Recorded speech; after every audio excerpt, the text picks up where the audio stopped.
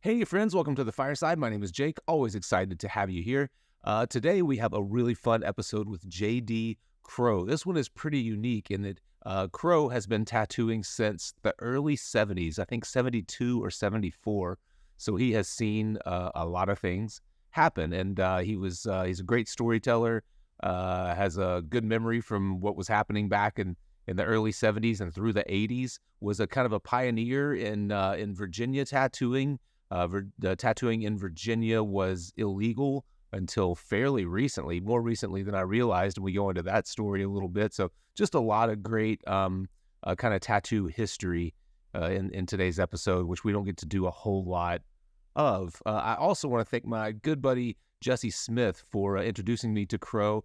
Part of the reason we did this episode was to help Crowe and Jesse promote this year's Richmond Tattoo and Arts Festival, which is one of my very favorite conventions. I absolutely love it. Unfortunately, I can't make it this year. I have a conflict, but I will be back next year. Crowe was a part of the early Richmond tattoo conventions that evolved into this convention that Jesse does today. And it is one of the oldest conventions, if not the oldest, in the United States. It's been around for 30 some odd years. So I'll make sure to link to the Richmond website. And if you are looking to get a world-class tattoo this October, then you should definitely go out to Richmond and see what they have to offer. It's a really unique show in that it is kind of a nice melting pot of some of the more elite, high-level, art-focused tattooers of today, which is what Jesse brings to the table, and then some of the tattoo tradition from years past. So you'll find artists like Jack Rudy and Crowe, folks like that at this show. So it's rare that you see those two groups really meld together like they do at the Richmond Tattoo and Arts Festival. So now you have probably already noticed that this episode is audio only. No real reason for that other than a lot of times people who have been tattooing since the 70s haven't really mastered the art of the video yet. So Crowe felt better about doing audio only. So that's what we did, and it worked out just fine. It's a great episode. So get out your sketchbook and give it a listen, and I'll talk to you at the end.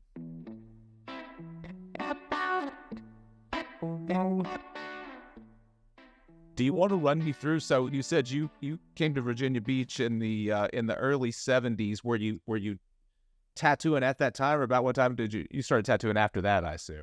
Yeah, after that, I mean, I had been tattooed and coming out of Connecticut in the late 60s and 70s, there actually wasn't anybody tattooing in the state. I think Nolan in the last one, Don was on a sailboat. I think he pulled into Connecticut, was tattooing somewhere in the mid 60s. But it was a trip to either went out to Spiderweb or Big Joe in New York, or out to Buddy Mott or Ronnie up in Providence. So and it really was, I mean, a completely different world, pretty sparse. If you were talking about tattooers, in different towns and even in different states, you could kind of name how many they were and kind of who they were if they were any good, huh? yeah, oh yeah, absolutely a completely different landscape of tattooing. And when I moved to Virginia, which was in 1972, I knew I was interested and wanted to get into tattooing, but even from Virginia Beach, it was, you had to go 100 miles to Richmond or 200 miles to DC to get tattooed back then. Wow. Yeah, that is surprising, especially considering the size of the Navy base and the military base in that area. You would think it would just sprawl out from Richmond out to Virginia Beach and everywhere in between. Yeah, well, I mean, it was illegal at the time. Okay. What we call the seven cities, which would be Hampton, Newport News, Norfolk, Virginia Beach, Chesapeake. So all those cities, they shut it down in 1948. They threw Coleman out, Paul Rogers, Huck Spalding, Eddie P. Conley, all them guys went away. And as they moved out of Norfolk, they went over to Portsmouth. They threw them out of there, over to Newport News, throw them out of there. So eventually the whole area was cleaned up. Wow. Wow. And that's something. Yep. What fast forward a little bit to you actually getting into it. What was the process like? How did you find yourself tattooing? What, I mean, was it a traditional style, what we would call an apprenticeship these days, or was it kind of just Uh, winging it? no, back then, again, it was so tough just there were secrets back then. There was no internet. There was no, all the answers were held by tattoo artists. So if you wanted anything answered, you had to get close to tattooers. And so back then, most people would start their apprenticeship by sitting in a chair and getting tattooed. As you were getting your arms tattooed, you're watching every move and you're asking questions, most of the time not answered. Now, nobody wanted their backs tattooed because you couldn't see. Oh, Yeah. and Yeah. after a couple of years, I was going to Richmond and up to DC for tattoos. And I mean, they just weren't answering my questions. So I spent 2 years of just watching, getting tattooed. By then, I had full arm sleeves, which, in 1972 to 74 was, it was pretty unique to have, Hmm. you know, that type of tattooing. And Yeah. then I got lucky. A guy moved into town that was a tattoo artist out of Albany. And since I was connected in this town, I was able to start funneling people to him. And eventually, he turned me on to Huck Spalding. Called up. I used to work up there with Jay and Tommy Spalding. So he made that call and got me connected with Huck. And I ended up with my starter kit in 1974. Oh, wow. Well, actually, it was 76. 74 to 76, I was with this guy, Hal. And kind of now I'm getting the answers, the secrets were unfolded. Right. And yeah, 1976 is when I printed my first business card. Huh. That's something. Yeah. That's funny. I started exactly 20 years later in 1996, and I started with a Huck Spalding. Actually, my first machine was from National Supply, but I had the A to Z book, and I got my kind of start of what to do through the Spalding Rogers catalog, and then but ended up buying from like I said, from National. Yeah. Well, Spalding, I mean, back then, 90% of the world was tattooing from Spalding. They wouldn't want to admit it back then, but, it was just, that's where you went. And to get to National, I always liked their model. You had to be brought into National. You just didn't call up and order a pound of peacock green. You had to know somebody had to put you through, and, they had to verify you. So if you got into National, somebody brought you in somehow along the Right. way. Yeah. Yeah. Yeah.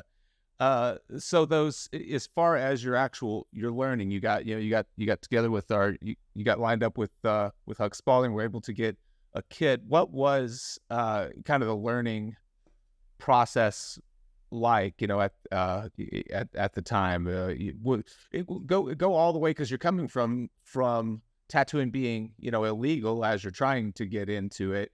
So I'm guessing that if was it still illegal? And then the second thing would be is if not, was there a licensing? Was there an apprenticeship? Was there was there such thing as an artist license whenever you were coming up through the ranks there? Yeah, there was tattooing here in Virginia Beach, Norfolk, and even over the river in Hampton. It was all underground Yeah. until 1982. So my time from 74 to 76 was my kind of informal apprenticeship. That's when I was with this guy, Hal, who moved to Virginia Beach and set up an underground tattoo shop, which was, they were everywhere back then. Daytona Beach. I used to go to Daytona with Gil Monty, Randy Adams, Crazy Ace, and it was with the Daytona Beach Underground. So, Yeah. it was like that here until 1982. The counties, a guy named Greg May came down here from Wisconsin, and he just opened up in the county. And within 1 month, there were 3 shops opened out in the counties. It just woke everybody up that even though it's illegal in the cities, it wasn't in the counties. Even though the county was 40 miles from Norfolk, it was closer than 100 miles to Richmond. Yeah. So that was first tattoo shop. As soon as things opened up, within a week of Greg May opening up, I had opened up, and then another fella opened up over in Isle of Wight County. They're both counties. Now, how long did it take from there to for the cities to? So that you said the cities opened up in the early '80s. Was it? No, that when was counties. Oh, that was counties. Okay. So about how long till the cities followed suit? It was 1999. I fought lawsuits against 2 cities here. It was I had no idea it was that recently.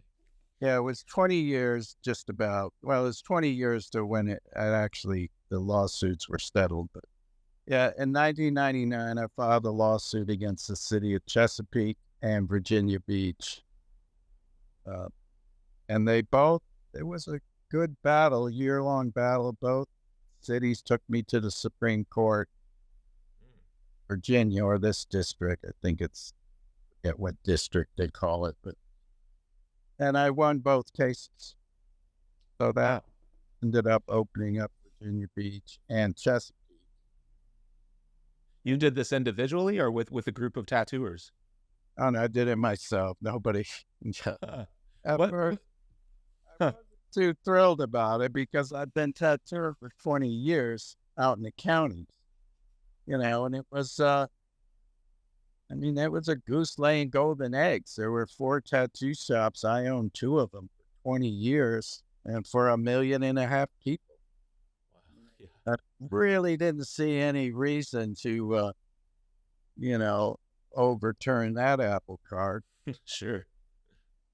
What happened there was somebody had got busted out in rural Virginia for tattooing an 8-year-old. No, yeah, okay. And the state stepped in and said, well, we got to regulate that. Up until then, they'd never regulated tattoo.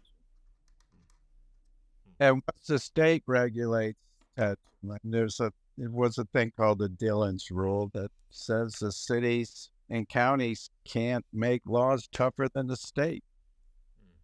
So the cities couldn't ban tattooing anymore. They had to regulate it. Interesting. What a wild way for that to come about. Yeah, it was. It was a David and Goliath fight, sure.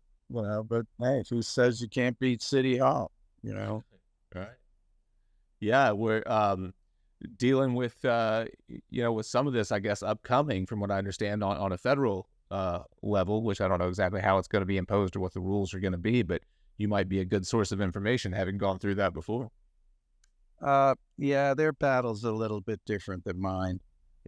Mine was actually kind of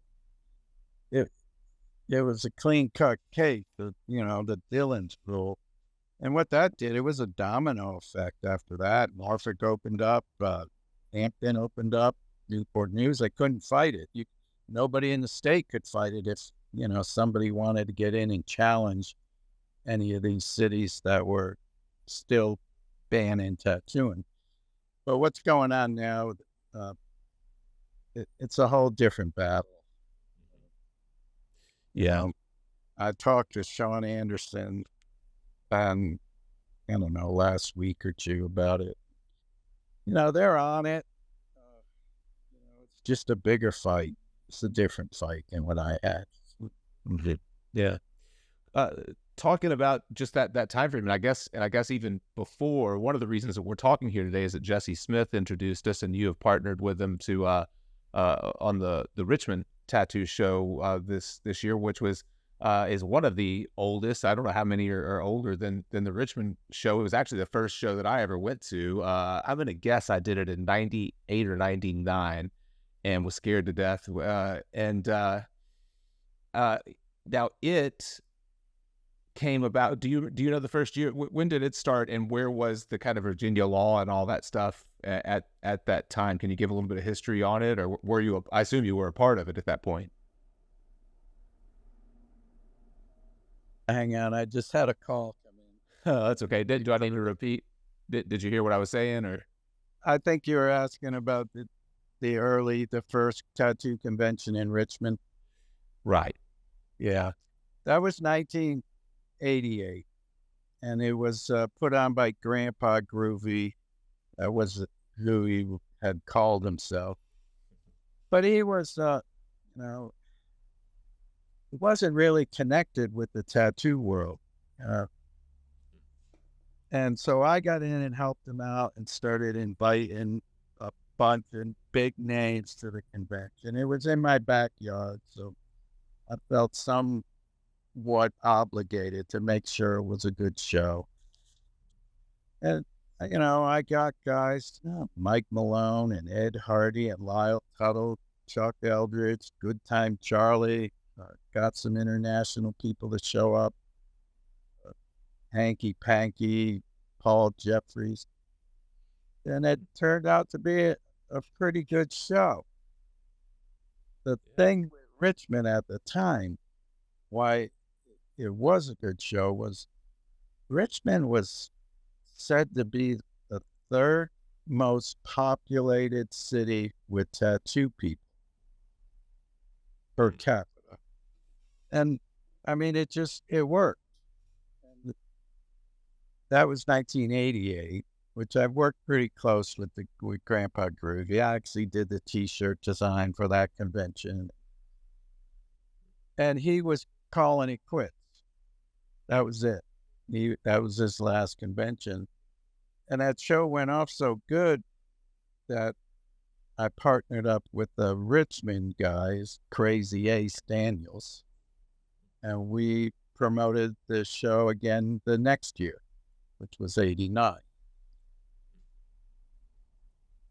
And, And oh, go ahead. Sorry. did it run pretty consistently from '89 on, or No, what you had to remember back then, people that tattooed through the '80s and into about the mid '90s, there was only one or two conventions a year.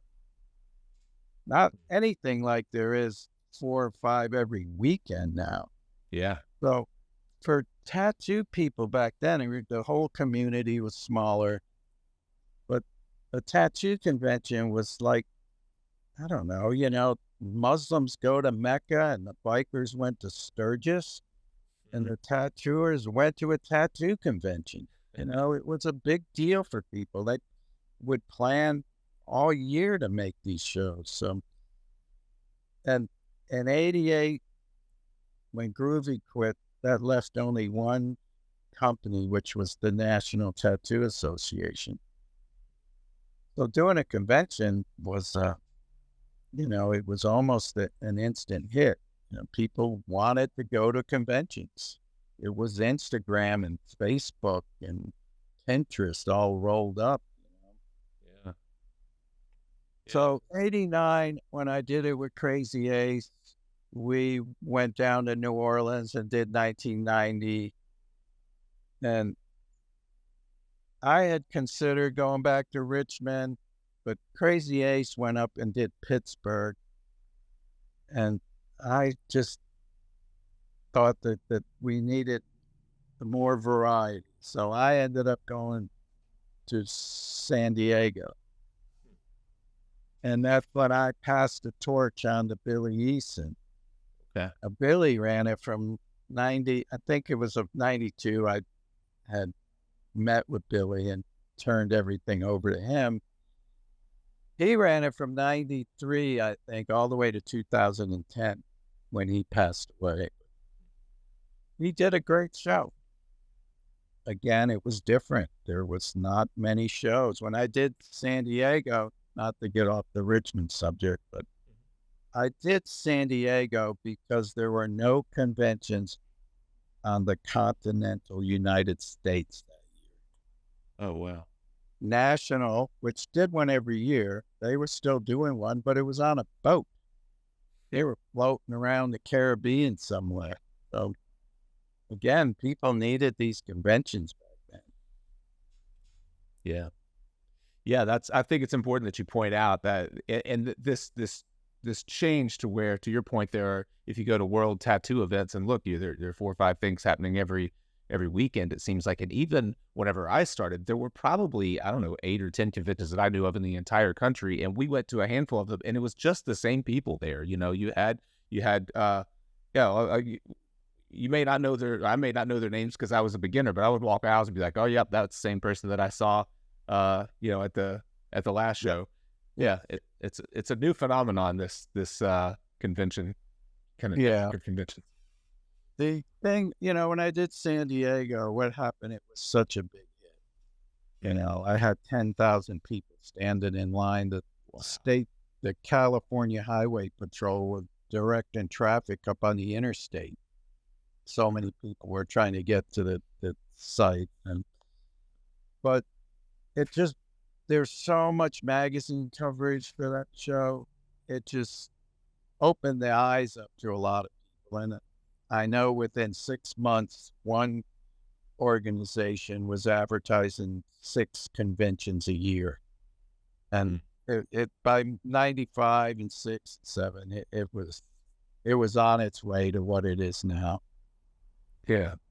Yeah.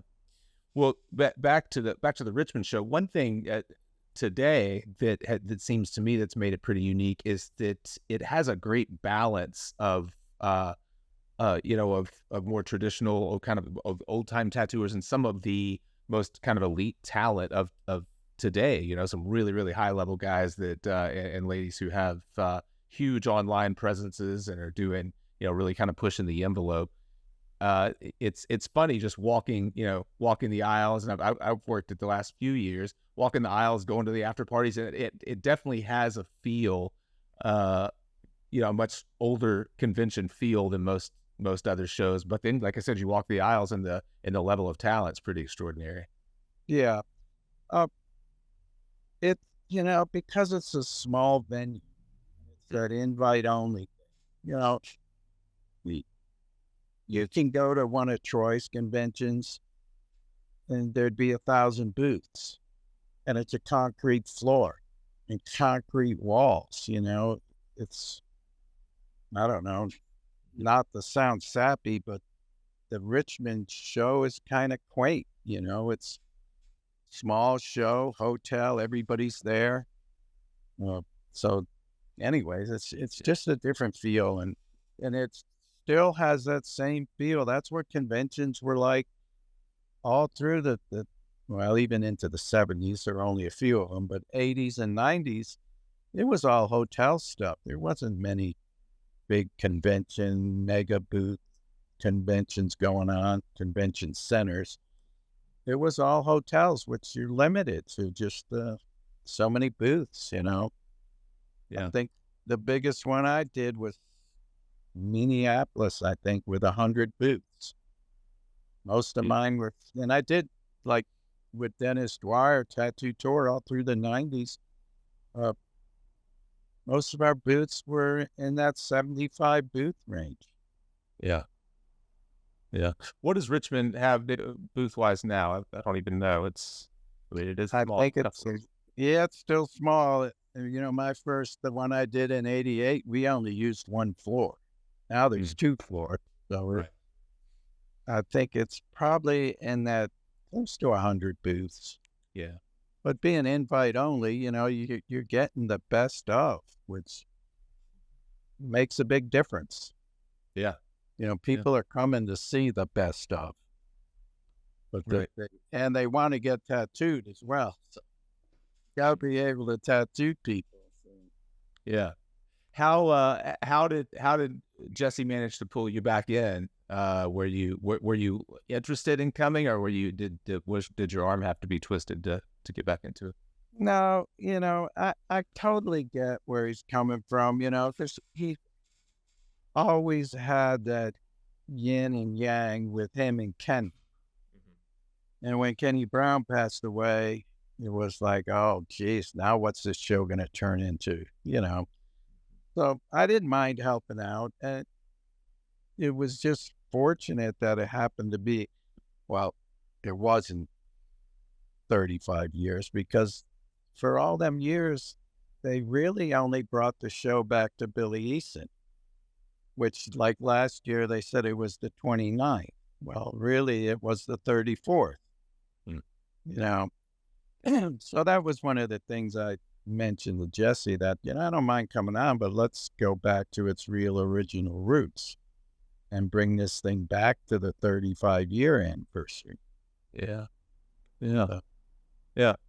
luckily, there aren't many of us around that were there, but I happened to get a few of them back. I got Good Time Charlie coming and Jack Rudy, Brian Everett. These were all guys that were there on the 88 and 89 show. Yeah. Yeah. That is exciting. The first the first seminar I ever took was Jack Rudy seminar, and it was in Houston. It was at Marcy. Do you know Marcy Malkington?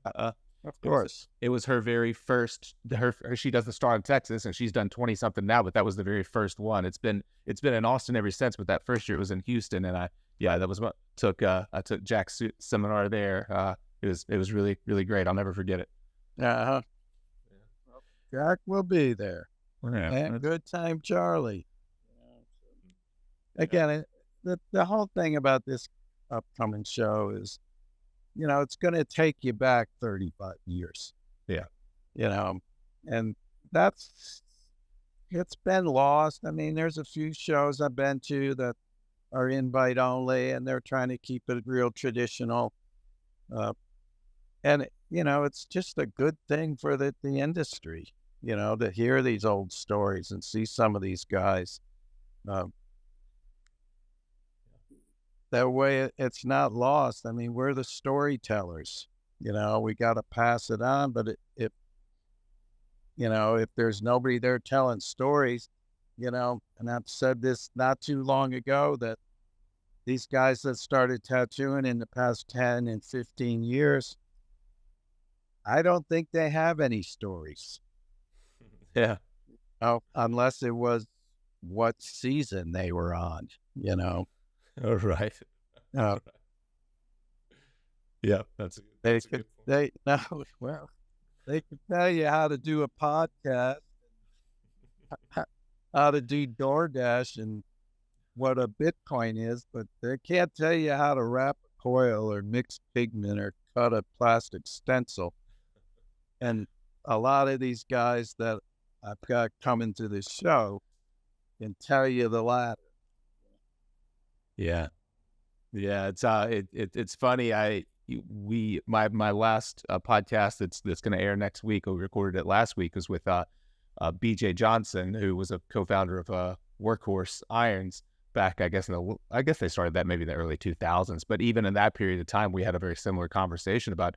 He's talking about coming and doing a coil building seminar at the Paradise Tattoo Gathering that I'm helping to put on a couple of weeks after your show. And he said, he asked the question, like, is anyone going to take a coil building workshop? Like, who's going to do that? I thought, that sounds like the silliest question I've ever heard, but it's probably not a silly question at all.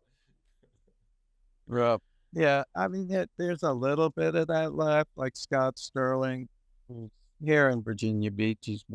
I've sold the shops, but he worked for me for almost 20 years down here. But, a great machine builder, worked with Mike Malone. He learned the whole, Paul Rogers to Malone, or Sailor Jerry to Malone. And, Scott, who still gets around and does machine building classes. But, if he was doing this 30 years ago, which he was, I mean, there'd be a line out the door. Sure. Now, there's just no lines anymore. Yeah. Yeah. Not for that. I assume, and the thing is, I guess folks who've come up, like to your point, in the last 10 years, at least, have probably never touched a coil. And we always hear people talking about how the pin machine builders, rotary builders are trying to get, the punchiness of a coil or the action of a coil. And there's really that, they don't even, have an idea of what that would mean. Like I don't understand the concept, so when you don't understand the concept, it makes it difficult to convince them to kind of learn how to build one. Yeah. Yeah. Different worlds, hey, look, and I'm not knocking it. I've never used one of those machines, but my first car had roll up windows. Yeah. I'm glad I got push button windows now. So if I was still tattooing, I would certainly be investigating whatever equipment makes the job easier, Sure. Yeah. You mentioned that you sold your shops. How long ago and what prompted selling them? I sold them about 5 years ago. I had 5 of them here around the area. I hit the 40-something year mark, and 40-something plus years of paying 5 electric bills, phone bills, and trying to keep help. And, I'd need 30 tattooers to run 5 shops efficiently. Right. Just was, it was time. Yeah. But now they all went to people that either worked for me, uh, you know, so they were passed on. One shop, Annette LaRue bought. She had come doing a guest spot, but she was the only one that really hadn't worked for me, like on a full-time basis. But and when she guest spotted, she just liked the area, and she ended up. She's the one who kind of convinced me to sell the shops. I really wasn't considering it, but figured if I sell one, I'm selling them all. So Etsy gave her, pick of the litter. And after that, they all went within 4 months, all 5 were sold.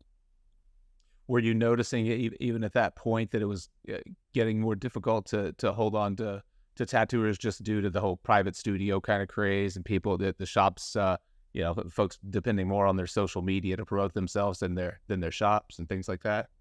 Yeah, well, I've been noticing that for years, actually. It kind of, you didn't need a yellow page ad anymore. All you need was, 100,000 Instagram followers.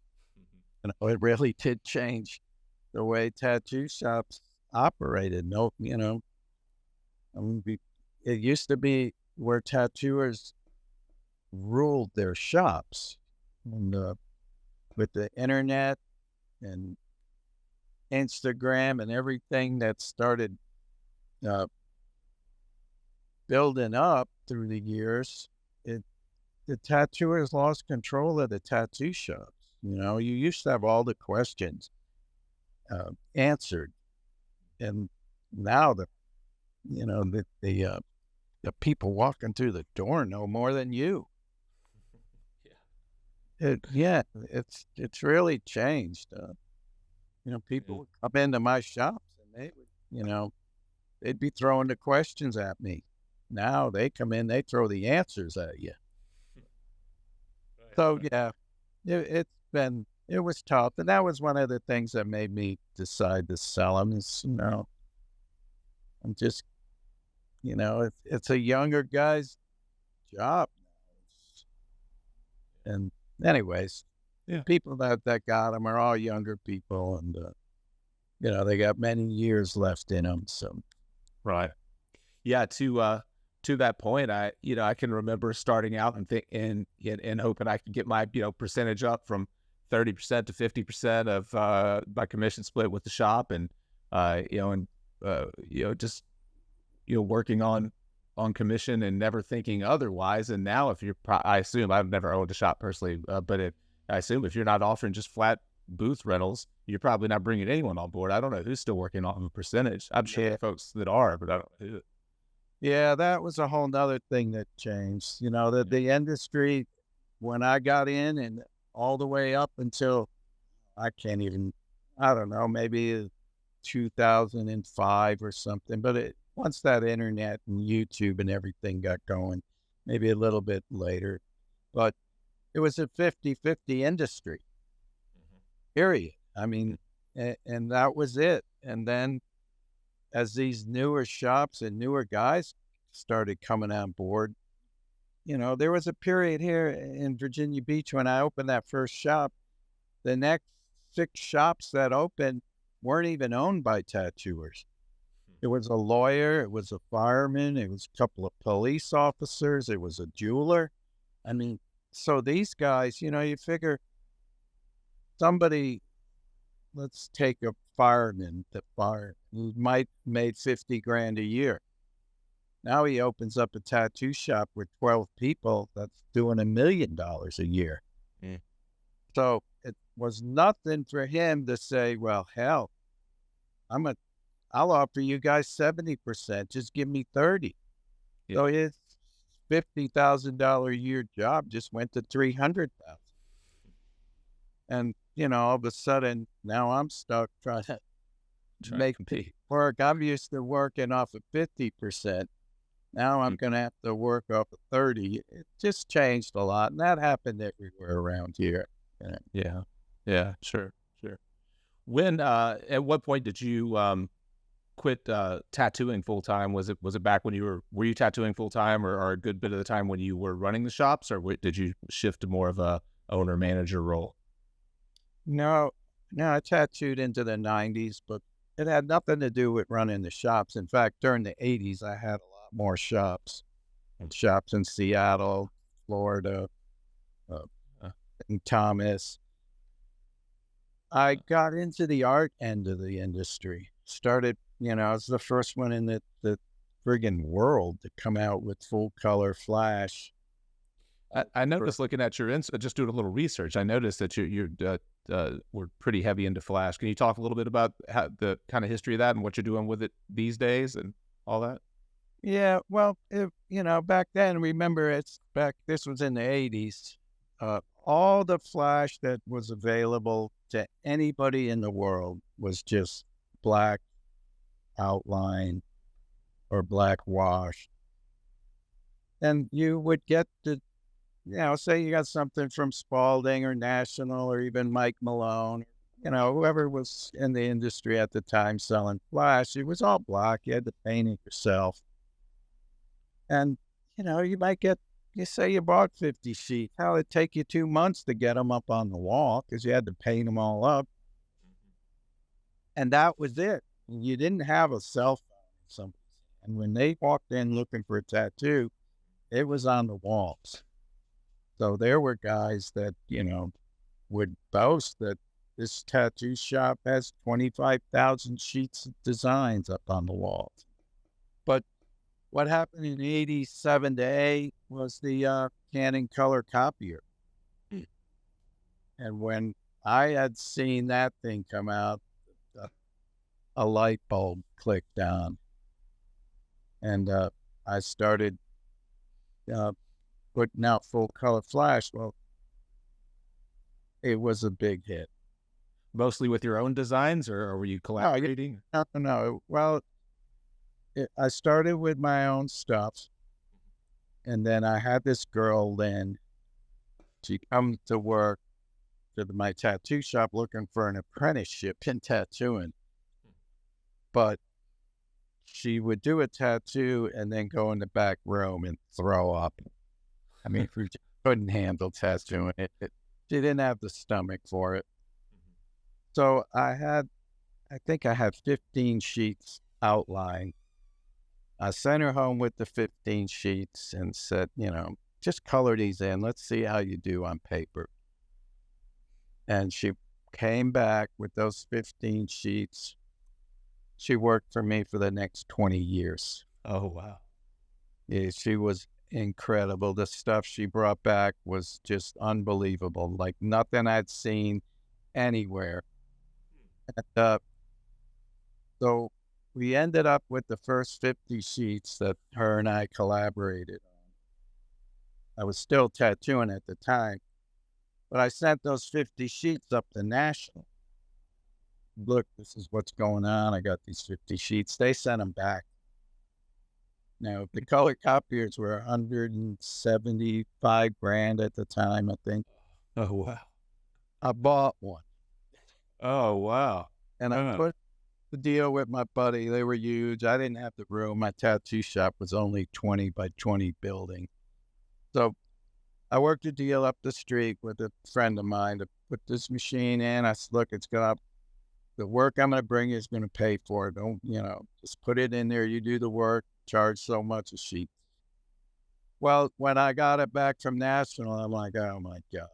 And I sent it to Spalding, the 50 sheets. He sends it back. But he sent it back I called him up and said, hey, Huck, because I had known him personally. He used to go and visit him up there at his place in New York. He said, look, two things. It's priced too high. He said, I wanted 15 a sheet. That would have been $750 to him. He said, now let's do it for 12, 6 and 6. And then I had my name on the sheets and said, I can't sell them with your name on it. So I developed. Yeah, well, that was Spalding back then. Like if you looked at any of the old stuff, like Don Nolan had 250 sheets, I think. They were just N1, N20, N50. Carrie Barber had some stuff. She was K. Pinky Yon, he was P. So I became C. And I put the official tattoo brand logo and I pasted it over my name. I sent the 50 sheets back to Huck. He sent me a check for $30,000. Oh, wow. He bought 5,000 sheets, about 100 each. Wow. Yeah. Wow, that is something. Ah, So what a commit, or what a risk, or the calculated, I know, but to invest in a machine like that, and to your point, having no real, like, it's not like you're a printmaker, had any kind of technology kind of background. You're just like, man, I hope I can work this thing. when Huck first sent him back, my lips turned blue. I was thinking, oh, Jesus. But, and I knew it was going to work. And, this was 88 to 89. And by 91, it was crazy. I mean, me and Lynn were putting out about 75 sheets a year, but the world was so hungry for them. And over the next 15 years, we sold nearly 4 million sheets of flash. Wow. And Wow. I burned through 8 copiers. Now, luckily, they got cheaper.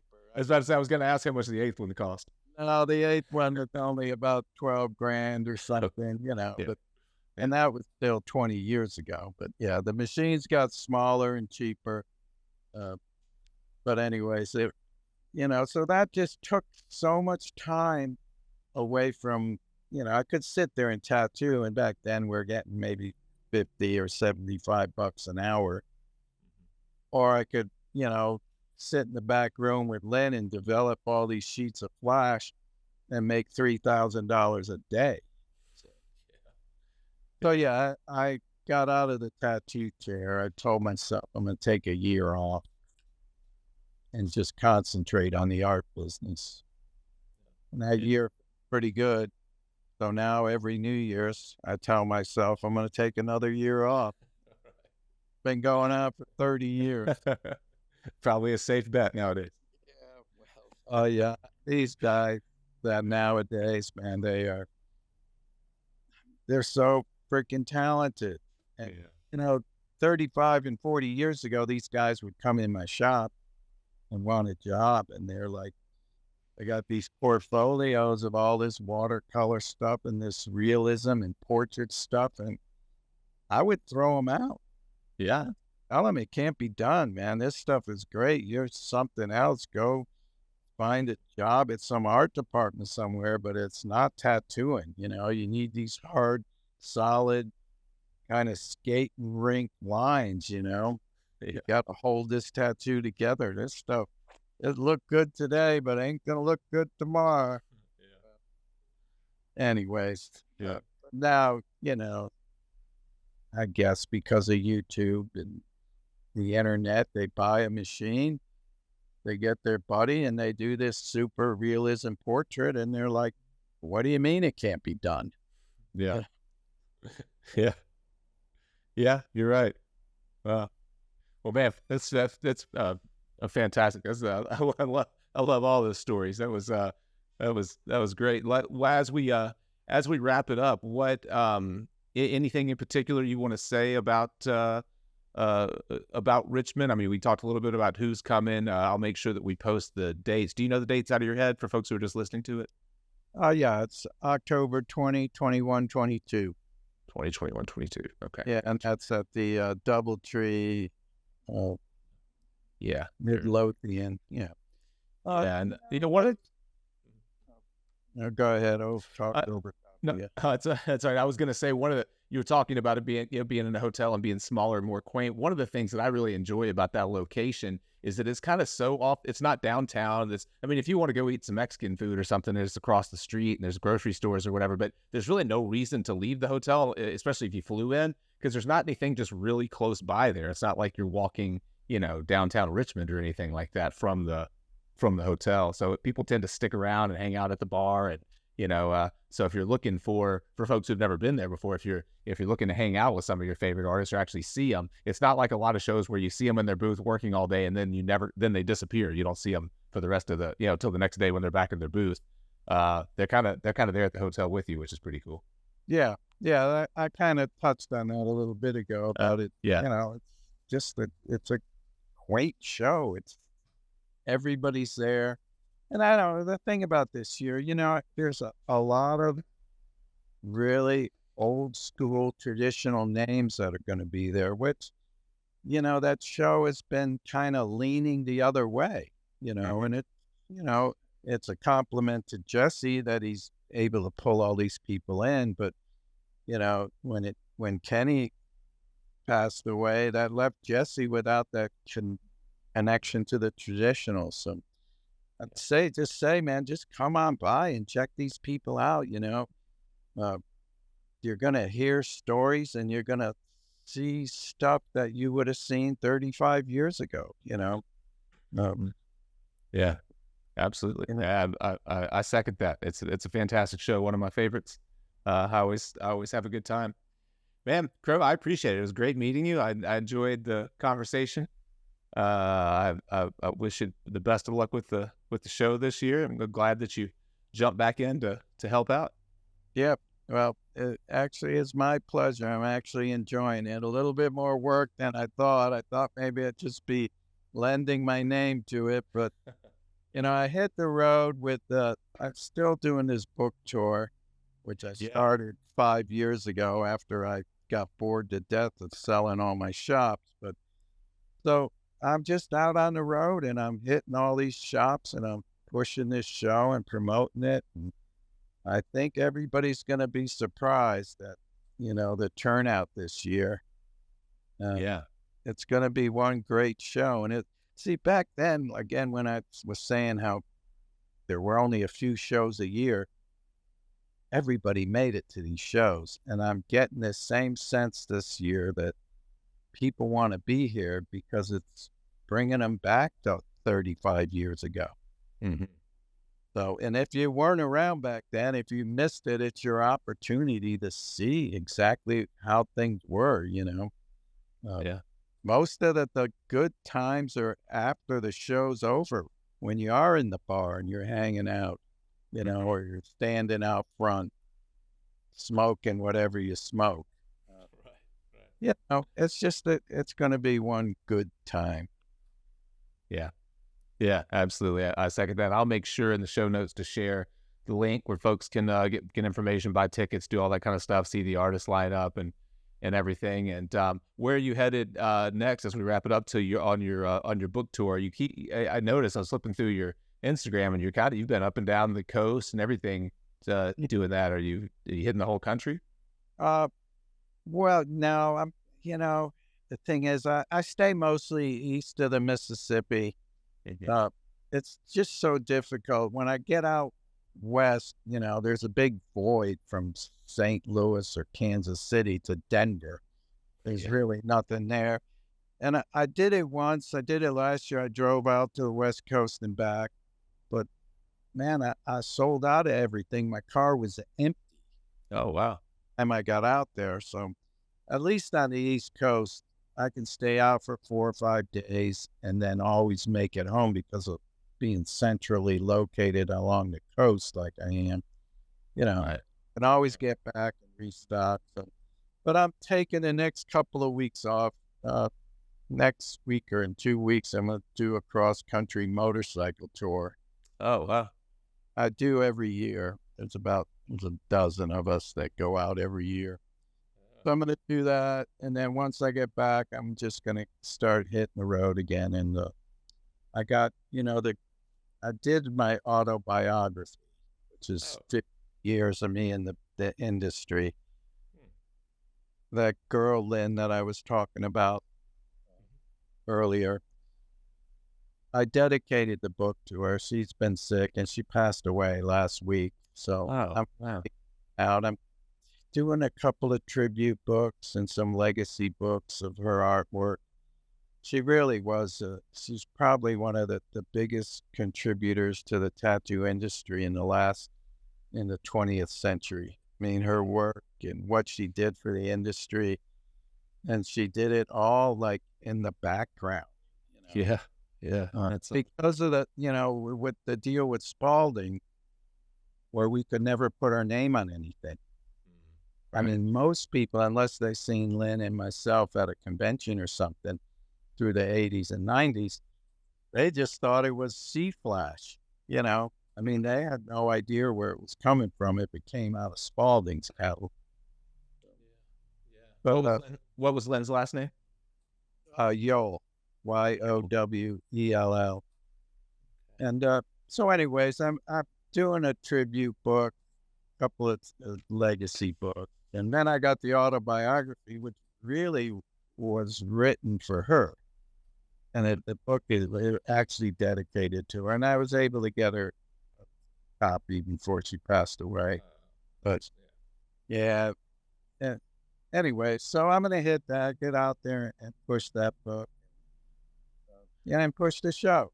So Yeah. Yeah. Where do people, and I'll link to this as well. Where do people find the books, the flash, everything else outside of the show for you, outside of you walking into their shop and selling them in Yeah. person?